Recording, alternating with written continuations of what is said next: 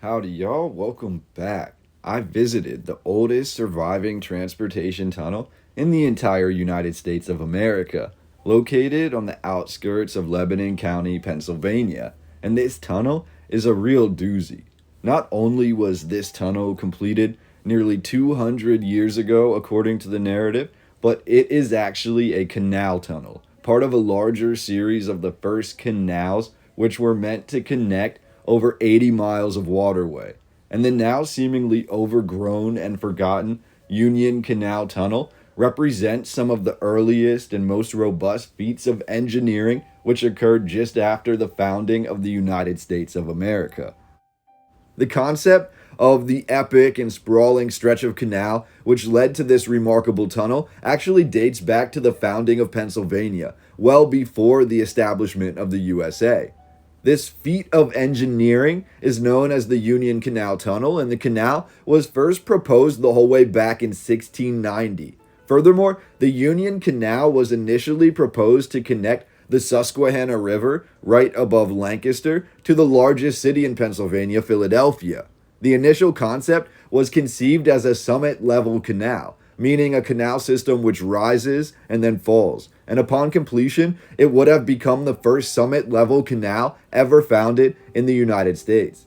The Union Canal was to rise 192 feet over 42 miles from the Susquehanna River to the summit of the canal system, before falling 311 feet over the last 33 miles to Philadelphia.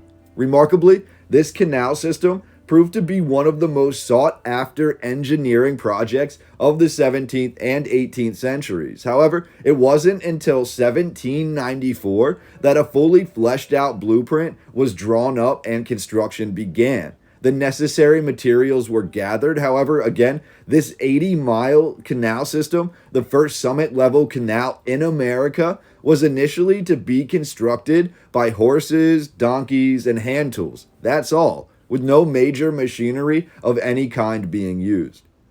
This is when we truly begin to admire the architecture that we see in front of us. While the current narrative tells us that the initial design from the 1690s developed for over 100 years before construction commenced in 1794, this design was never completed. The Union Canal Tunnel, this absolutely remote yet old world looking canal tunnel, was actually hand built at that time, and it is considered the finest piece of engineering in American canal history, as well as being the oldest existing transportation tunnel of any kind in the entire United States. Furthermore, the reason that Philadelphia desired a link to inner Pennsylvania on this golden path, as they called it, it seemed to be to unite Philadelphia to the Susquehannock remains of Lancaster County. I've mentioned it in videos prior, but the Susquehannock appear to be one of the most advanced indigenous groups which existed in America before colonial arrival. And the laundry list of inventions associated with the Susquehannock is endless, including the Kentucky repeating rifle, once known as a Lancaster or Conestoga rifle, with Conestoga actually being the French term for the Susquehannock.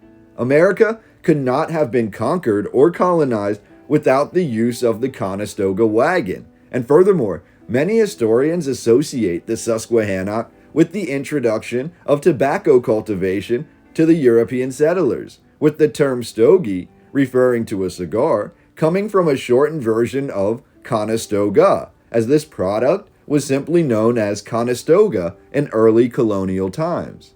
The Susquehannock are also the namesake for the Susquehanna River. The Susquehannock were said to have a castle-like home, which was a fort that existed on the outskirts of Lancaster. The proposed western terminus of the Union Canal would have been right around this fort. And most revealing of all, the Susquehannock were systematically destroyed by European settlers, the same who embraced the Susquehannock technology before the Susquehannock were considered to be a lost people by the end of the 18th century, with their downfall also seemingly covering over the true history. Following nearly 100 years of weighing options, it was actually an upper class elite society known as the Society for the Improvement of Roads and Inland Navigation, headed by wartime financier Robert Morris, with co-leaders David Rittenhouse, William Smith, and John Nicholson, who first established the route needed for these canals. However, this work was passed on to the newly founded Schuylkill and Susquehanna Navigation Company, also headed by Morris, who began this construction. The Union Canal Tunnel is 729 feet long, or exactly 222 meters, and cuts through the rolling hills and mounds, which used to be important indigenous meeting places and possible burial sites. The Union Canal Tunnel is considered such an exquisite piece of engineering as it cuts through numerous, seemingly impossible geological formations, being so perfectly constructed that the waterway is still traveled by private watercraft to this day. And the tunnel itself stands astoundingly strong, hundreds of years after it was first founded. We're told the money was raised to continue construction of the Union Canal through the use of lotteries, which were not illicitly banned by the state of Pennsylvania until 1833, with one lottery that was chartered in 1795 that was aimed to raise over $400,000 for the Union Canal. While only $60,000 were achieved, we're told, for lack of a better term, the Union Canal appeared to be a series of schemes for the major players to line their pockets. For example, between 1811 and December 31st, 1833, the company conducted about 50 different lottery schemes and awarded in prizes roughly $33 million. This is the current narrative history. Symbolism, again, will be their downfall, but 1833, prizes of 33 million. Do you see who was actually benefiting from the founding of these ancient sites? The tunnel, the miraculous Union Canal Tunnel, will seemingly last forever, but we can't explain exactly how it was constructed. The drilling of the Union Canal Tunnel was completed entirely by hand. The tunnel is at least 80 feet below the peak of the ridge. We're told the Union Canal Tunnel was completed only after the project was taken over by a man named Canvas White, said to be the preeminent canal architect of the 19th century. The entire remodeled Union Canal, which connected Reading, Pennsylvania to the Susquehanna River, opened in 1828, yet the lotteries continued to run until 1833. The Union Canal of 1828 had 93 locks and was uniformly 8.5 feet wide throughout. In 1830, the canal was extended to reach the newly founded coal mines of the area, and in 1844, a railroad was constructed along most of the canal path to help transport goods. By 1850, the railroad began using steam power, which also began to be used by boats on the canal.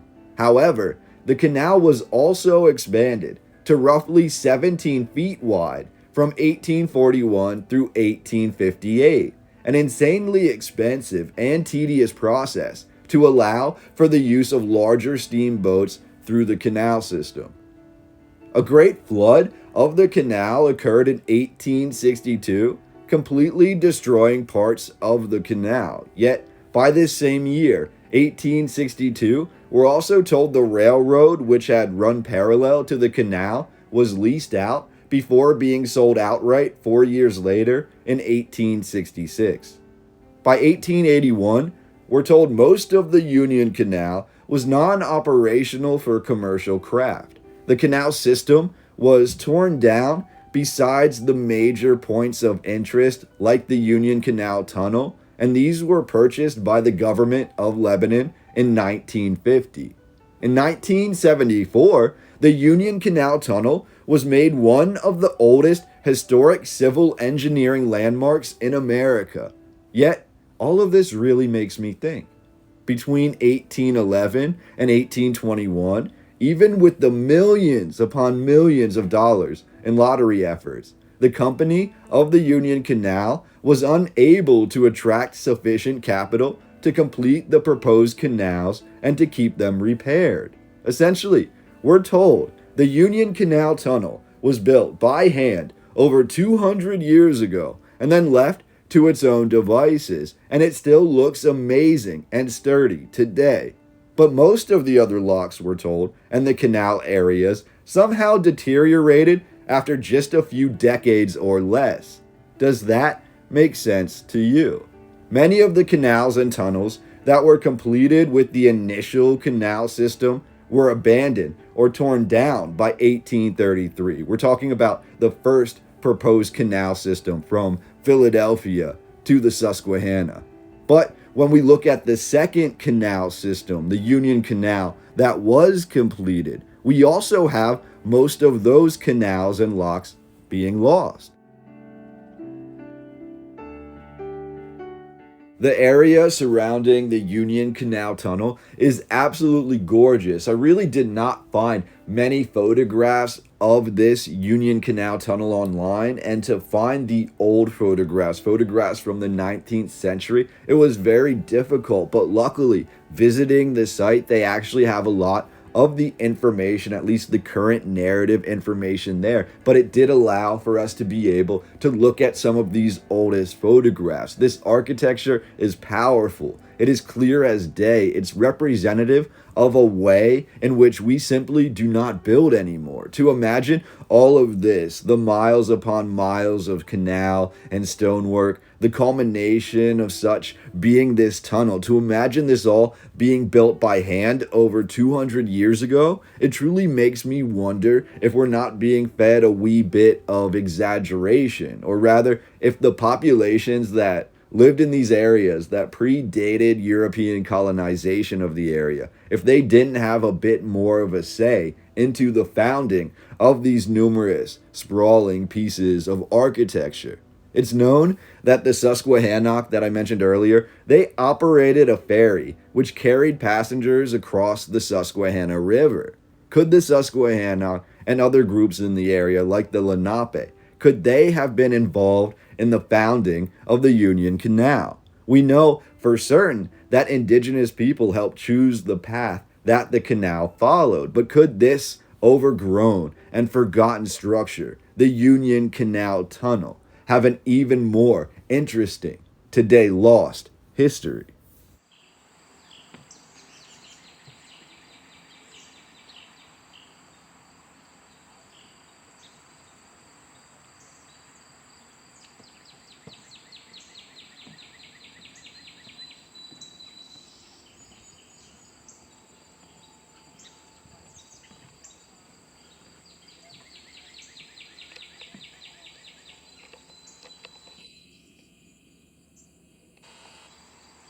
I'd like to give a big thank you to everyone who has reached out and supported the channel over the last month, including a special thank you to William Bunch, Joanne Rosen, Hannah Curtis, and Sherry Putnam.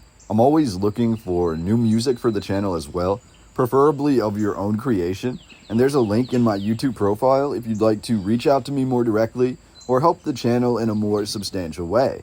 I thank you all so much for being here, for helping the channel to grow, for helping this old world research to get out to the masses, and I can't wait to read your comments unraveling the history of the Union Canal Tunnel down below. I will talk to you all on the next video.